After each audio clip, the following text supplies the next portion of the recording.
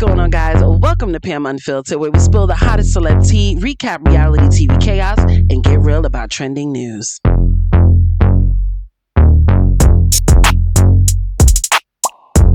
What's going on, guys? Welcome back to Pam Unfiltered. If you guys are new, welcome to the channel. This is Love is Blind UK Season 2 review and recap. My first episode for the season was a voiceover with visuals, but I'm not gonna lie to y'all, that takes forever to edit. So I said, let me try coming on camera. It might be a lot easier to edit and to really bust these videos out because, baby, they have already released 5, 6, 7, 8, and I'm only on episode 2. So episode 2 continues on with the conversation with Billy and Ashleigh. And Billy is letting Ashleigh know, listen, I've dated a cabin crew member before. It did not work out. We tried our hardest to have our schedules entwined. It just did not, and the relationship fizzled out.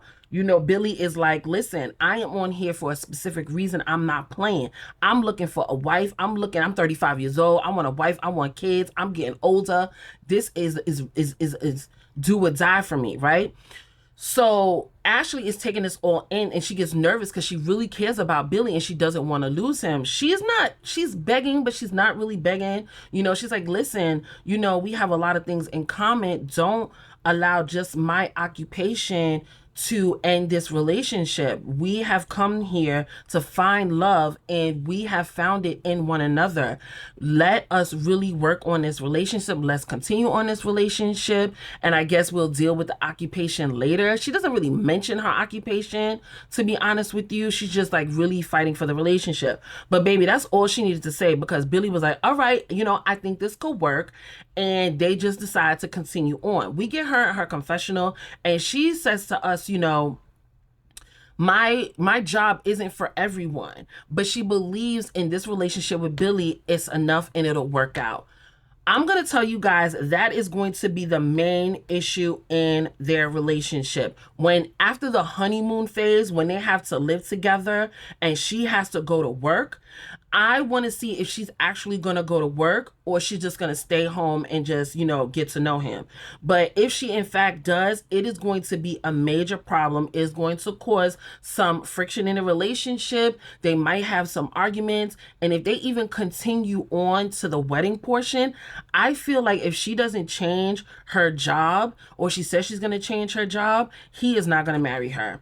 That is going to be the main issue with them. And I really like them two together. So hopefully that she'll compromise and say she'll change her job. But I have not heard her say she's going to college or anything. We don't know what her job experiences are. She started working at 16. It looks like she's probably been a cabin crew member since maybe her late teens, early 20s. And she's 20? Well, she's 30, I think. So that might be the only thing she knows. So I don't know how that's going to work out, right? So now we get Kal and Sarover. They're in the pods. And Kal straight away goes into it. He's like, listen, let's address this elephant in the room, right?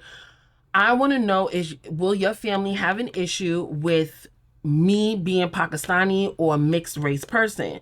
Sarover goes in and she says, you know, in the beginning, I guess when her and her sisters were in the dating stage, or the beginning of dating stage, aka being a teenager, there was a lot of pressure on them to just, you know, date Indian, marry Indian, date Indian. But I guess as they got older, you know, her parents divorced, they sat them down and said, listen, what we experienced, you know, in our life as far as dating and marriage, we don't want that for you guys. We want you guys to be open, meet whomever you feel like you need to meet and fall in love with, and that's the route you should go. And then she also explains that her grandparents are really, really open, right? They're not closed-minded as most people would think with people of that age. You know, people probably born in the 20s and 30s and stuff like that, like they're very, very open. This eases Kal's mind completely, and at that point, they express their admiration and feelings for one another. I don't think this couple is quite in love yet. I just think they truly enjoy each other and enjoy each other's company, and they want to progress to the next stage to see if they actually fall in love and they get married. So now we meet Javen. Now we seen Javen in the first episode in a montage of people that Sophie was dating, but we really didn't get introduced to him. So here we are, we're meeting him. I believe he's like in his late 20s, and he is a fitness, he is what do you call those? Personal trainers, right? And this man is so highly full of himself. He explains to us that he's never been in a long-term relationship. He has so much charm and charisma. All he has to do is smile. He said his smile gets him into places, but they also kick him out of places. But he says he has no problem dating multiple women. Javen is a boy. A boy. Do you hear what I'm saying? A boy. Why is this man on his show? He has yet to explain to us within this scene why he's here on Love is Blind. Is he really looking for a relationship, or is this man looking for fame? Because let's be real here, personal trainers, they're a dime a dozen. Do you hear what I'm saying? There's so many of them. So is he getting paid like that?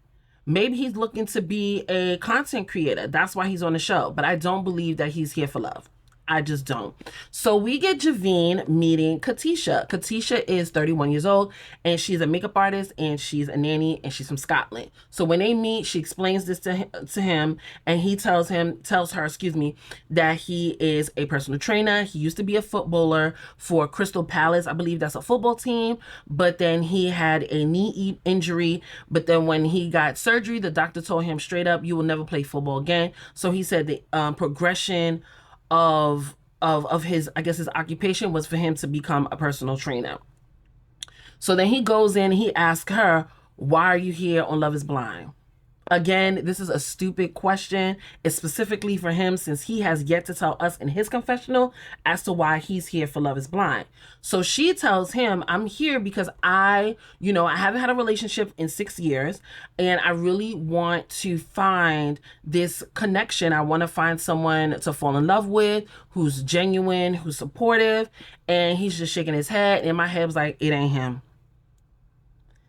It ain't him. Girl, if you don't see the signs, it is not him at all, right? So then he goes and, he asks about her previous relationship. So she explains to him, in her previous relationship, the guy just constantly cheated on her. He constantly cheated on her. When she would find out, he would give an excuse. She would accept the excuse, and they would continue on with the relationship. She doesn't tell you what her final straw was, but this is what happened in her relationship. They talk about family. She says, I am the oldest of 7, and he said he's the youngest of 5. He has sisters and brothers. She doesn't explain if she has sisters and brothers, but out of 7 children, I would hope so that she has a mix of both. So now we get Katisha with Domal. I don't know how old Domal is. I forgot. I'm assuming he's like in his late 20s, maybe possibly early 30s. And he's an accountant. So once they're in the pods, they straight away smiles. She can feel his sweetness through the wall. And she says, oh my God, you speak really low and very soft. And he just says, do I need to speak a little louder? And she's like, no, I can hear you. It's just that you're very, very soft in your voice. And she enjoys that. So then he goes in and he tells her that, he is Nigerian. And she's like, oh, you're Nigerian. Do you speak Nigerian? He said, well, his tribe is Yoruba. So that's what he speaks. And then he goes in and he talks about his grandmother, how, he used to live with his grandmother, and that was his best friend. And he got really emotional because his grandmother passed away a few years ago. But then they also talk about, why is she here on Love is Blind, or why is she looking for love? And she just says, I'm looking for a genuine connection, which I can see with them too. But they have a very short date, or they show it very, very shortly. And then it cuts to her kind of explaining what she's looking for. She's looking for that sweet guy, that attentive guy, Mr. Darcy. And I'm just saying to myself, she specifically says Mr. Darcy, but then she's interested in Javen. Javen is not Mr. Darcy. He is nowhere near Mr. Darcy. He's a boy. Are we for real? Like, really? Y'all, I've seen the other episodes up into episode 4. So this is what the energy I'm getting. I'm just getting annoyed with her because she's looking for something genuine and she likes Javen. But anyway, we get Javen and Domal in the quarters. And there's a guy there that asks Domal, who is your number one? He says Katisha. Now, mind you, as he's talking to this guy, Javen is standing right next to Domal. So when he says Katisha, Javen is like, oh, for real? And he's like, yeah. Then it cuts to Javen in his confessional, and he goes and he says, like the early worm catches the early bird catches the worm. And I'm just like, who references a woman and finding love like that? And he just says, this is a game. This is not a game, Javen. He thinks this dating show is a game. It's not a game. These are people who truly want to find love. They've seen previous shows, most likely the USA ones. They've seen people like Cameron Lauren, Brett and Tiffany, and all the other ones, and they're just like, I want that genuine love. That is why they come on the show. Most people. Then you do have your little few morons like him that are coming for fame. But I don't like the fact that he references the show as a game. And I'm telling y'all, he is not it. And hopefully she can see the light, right? So now we get Billy and Ashleigh on another date. These two episodes are just so centered around these two, which is okay. But I would like to see a little bit of other people. Like, I wanted to see more of like Domal and Katisha's date. I want to see a little bit more of Aanu and Patrick, which we really don't get to see. I'm tired of seeing, honestly, Billy and Ashleigh. But anyway, even though I like them. But we get Billy and Ashleigh on another date. She surprises him with like a cowboy hat and a mustache, and she says, "I can't wait to go on one of your like events, your dances, that we could just dance and have a good time." So they're dancing, cowboy, blah blah blah. Then after that, they pretty much confess their love for one another, and they're just so excited. Like he's like, I think of you, and I think I love you. Like, I love you. And she confesses that she loves him as well, and then their date ends. So now we get Kirean and Megan on a date. Kirean is so fine, y'all. I'm sorry. That man is gorgeous. Him and Kal.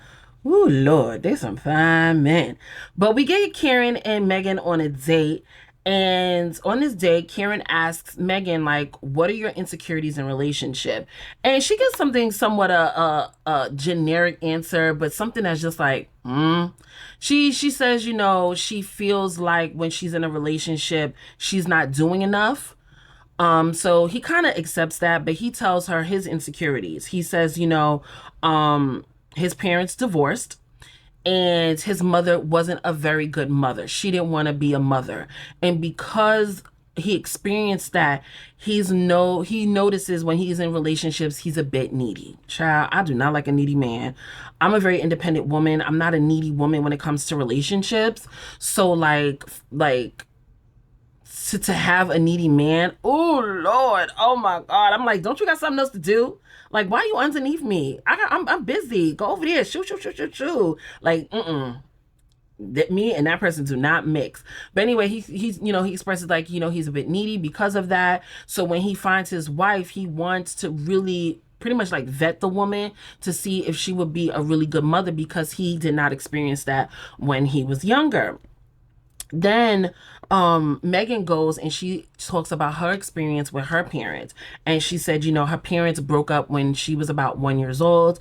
And from 1 to 5, her father was like in and out of her life. But after 5, she no longer like saw him. And then she said when she was about 17, she was working in a restaurant, and him and a woman came into the restaurant, and she immediately knew that was her father. He asked her, did you approach him? Did you say anything? She said, no, I just continued on with my job. I just, served them and just kept it pushing. But she said the week later, when she came to work, there was a card. He dropped off a card. But she said there was nothing in the card.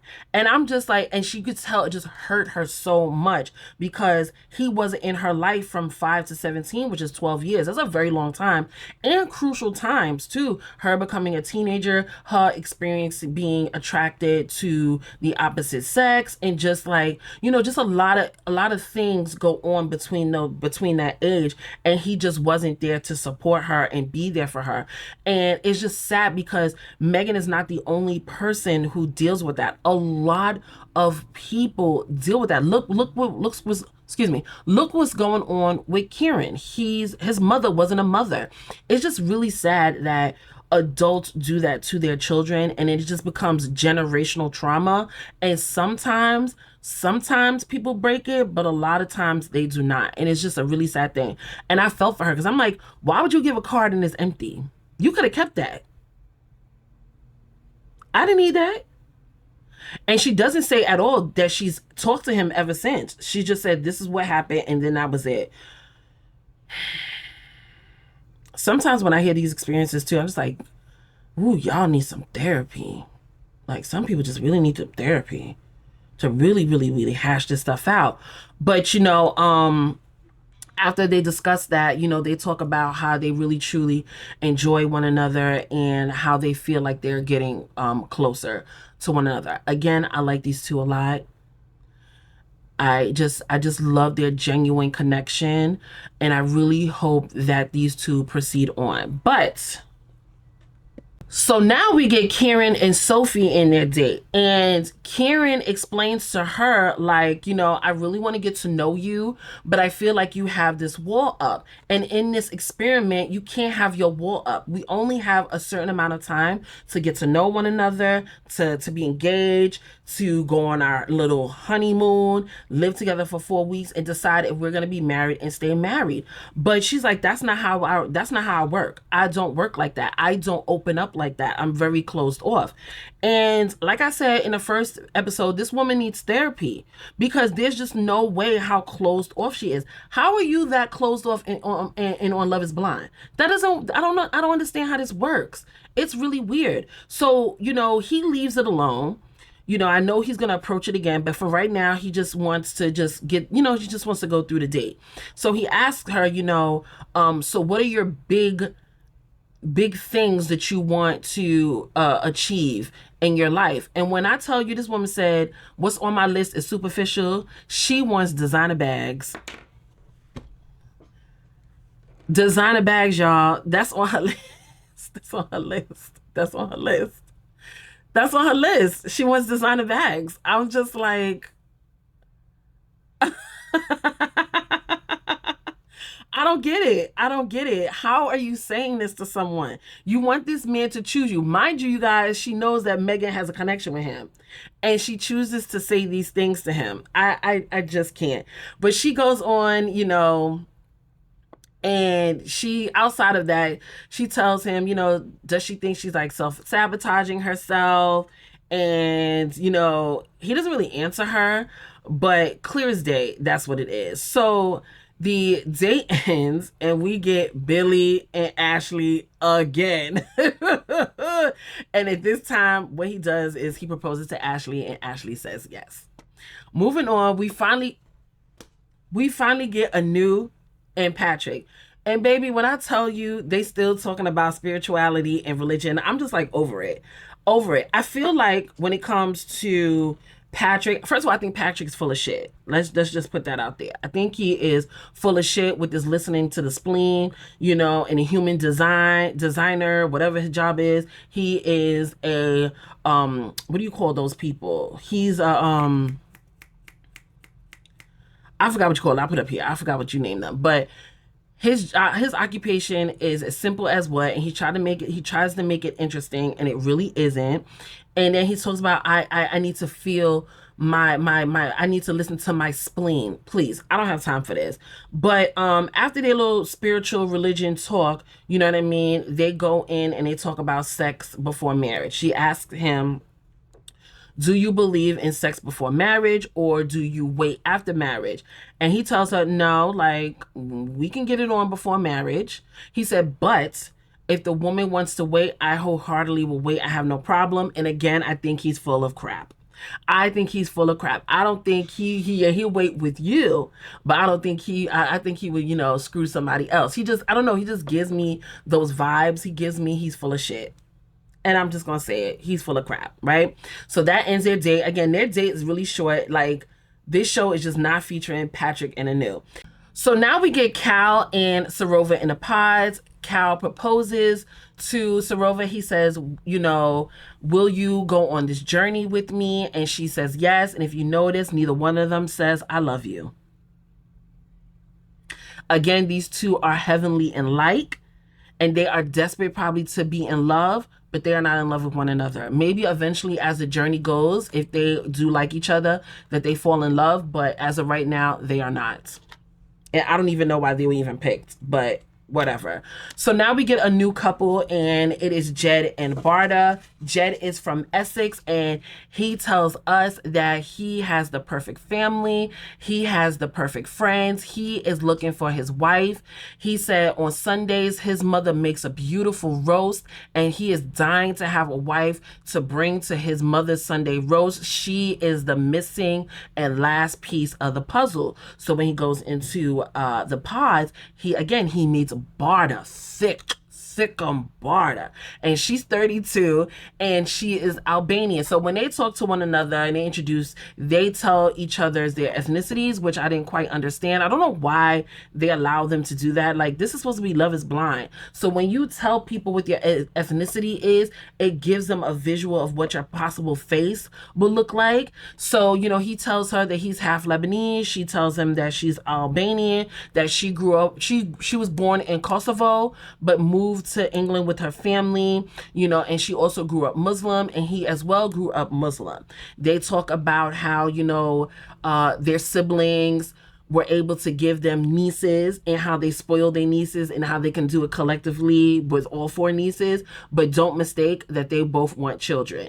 Especially when Bardah said it to Jed, you could tell he was just instantly in love, because that is what he wants. The date ends there, and when you get Bardah in the hole with the girls, she is just like, I found my husband. I don't even want to be out here with y'all. I want to go back on that date and talk to him some more. She is like super excited, right? So now it cuts to Kirean and Sophie. Not Kirean, but Sophie is well aware that she needs to open up. And, she explains to him, she's like, do you think like my walls are like chipping away? And he's like, yeah, kind of. And she's like, you don't think I made an improvement from our first date? And he says, yes, but like, when will it like all come down? When will you open up to him? So then she goes in and she explains why she is the way she is. She said that her parents divorced, that she is I just want to check my mic, but she is a daddy's girl. But when her parents divorced, her mother found a new relationship, and her mother decided to not be a mother anymore and choose her man over her daughter. And that is where the hurt comes. Again, the parents provide this trauma to their children. And as you can see, if Sophie does not seek therapy, she is going to pass that on. I'm sorry, she is. It's just emotional trauma, and it's generational emotional trauma. That's what it is. But, she says, the reason why she's closed off, because she doesn't understand how someone who is supposed to love you unconditional doesn't love you. Right? And again, that's why she doesn't open up in relationships. And Kirean accepts that. And he tells her, he's like, I understand maybe that, that's why you are the ice queen, but can you soften up? Listen, it's going to take a lot for this woman to open up and be soft. And I think this experiment is just not it. It's not at all. But then that ends their date, and we get to Billy and Ashleigh meeting. They're both nervous and excited to meeting one another. The doors open, and honey, they both like what they see. They start kissing and touching, and oh my God, you're so beautiful. Did you think I was a blonde brunette? And he was like, he didn't know what you would be. He pretty much didn't care. He just thinks she's beautiful. They kissed. He proposes to her. She says yes. They talk a little bit. They separate, and then that's the end of that. So now we're back with Domal and Katisha, and Domal asked Katisha how was her childhood, how was it growing up. She said she did not have the best childhood. She left home at a really early age. She had to start working at 14. Then Domal goes into his childhood. He says, I grew up in East London with my mom, my brother, my father, and my sister. He had an amazing childhood. And then he goes into his grandmother again. You could just clearly tell the death of his mother just hurts him. So death of his grandmother hurt him so much. He starts to tear up, and then Katisha is there to support him, and it just really lifts his spirits. Then after that, the day ends, and we get Katisha talking about the two. She loves the connection she has with Domal. She thinks he is so sweet and attentive, but then she starts talking about Javen. She's like, Javen is so smooth, and he's the cool guy. He's the guy that she's normally, she normally goes for. And I'm just like, girl, didn't you say you didn't want the toxic man anymore? How can you not see the toxicity in this man? It just screams like in his poise, like comes out of his poise. Like he just does not seem genuine at all. I don't know, maybe because I'm much older than her, about 9 years older than her, and I can just see through the bullshit. You know what I mean? So we get her in the pods with Javen, and Javen asks her, are you tight with your family? She goes again and explains she's not, but he says, that he's tight with his family in London, but he does his external family, I should say, is in Jamaica, and he tries to see them every 2 years. So again, he told her what his ethnicity is, his culture is, and now she has like a visual of him. But then she goes and says that her mother is Jamaican Spanish. I don't know what that means. Like, is your mother half like Black Jamaican and half Spanish? Or is she a Spaniard was she a Spaniard that lived and grew up in Jamaica? I'm confused what she means by that. But then the conversation turns, and Javen wants to talk about intimacy, and he's like, how do you feel about like sexual chemistry, sexual intimacy? And she says to her, that's important, but it's not the most important. You have to get this. You have to emotionally stimulate me before you can get that wet. You know what I mean? Like, this needs to be stimulated, and this coincides with this. I don't think a lot of men know that, or they just try to like ignore it. Most women, and I said most women, not all women, because there's some horn dog women out here who just don't care who they mess with, but a lot of us women need to be stimulated here in order for that to go. And if this is not here, this ain't doing nothing for you. And he kind of like brushes that off, and I'm just like, you're not even listening to what this girl says. But he tells her like, yeah, intimacy is good, but when it comes to sex, baby, I need it every day. I don't know who the hell is fucking anybody every day. I don't got the time. I don't got the time. And then on top of it, if you have children, you think a woman really gonna screw you and there's children in the house every day? He give me cheater vibes. I'm sorry. This man is just not genuine, and I really hope Katisha can see it. So now we get the final scene with Kirean and Megan. They're on their date, and Kirean gives her a Japanese ornament. He sprays a little bit of his cologne on it, like, smell me, baby. That's how I smell. And, he says, I wanted to gift you this ornament because I really believe in our journey. I really want to continue on, with this journey. And, I believe in this connection. So then after that, their day ends, and Megan goes into the quarters with some other girls. And honey, she is loud and proud, and she is so excited. She goes to like the kitchen island, and she's talking to the girl. She's like, look what Kirean got me, is this Japanese ornament. Now, the whole time she's doing it, Sophie is just sitting right there, and she's screaming. She's like, oh my God. Like, she is loud. When I tell you this woman is loud, she wanted everybody to know that Kirean is her man. She's like, he got me this, Japanese ornament. Oh my God. He wants to continue our journey. Sophie is pissed. She walks up to Yolanda and Aanu, and she's like, oh yeah, she's all loud, talking about her date with Kirean, and pretty much she know that I'm into Kirean as well. And Yolanda and Aanu is looking at her, and she's like, he gave her a Japanese ornament, and he's been to Japan, and she knows that she's well aware that she knows that he went to Japan. And just that's where pretty much the episode ends, with her just feeling hot and upset. And I'm not gonna lie to y'all, I think Megan did that on purpose. She wanted to make it known what her status was with Kirean, and that's the way she did it. Some people think it wasn't malicious. I wholeheartedly think it was malicious. I don't know, maybe she did it because she can tell that like Sophie's a total bitch, because I wouldn't be surprised if they said she was a total bitch in the quarters. But yeah, she did that on purpose and she succeeded. But that was the end of episode 2. What are your thoughts about what was going on? Let me know down in the comment section, and I'll see you guys in episode 3. Bye.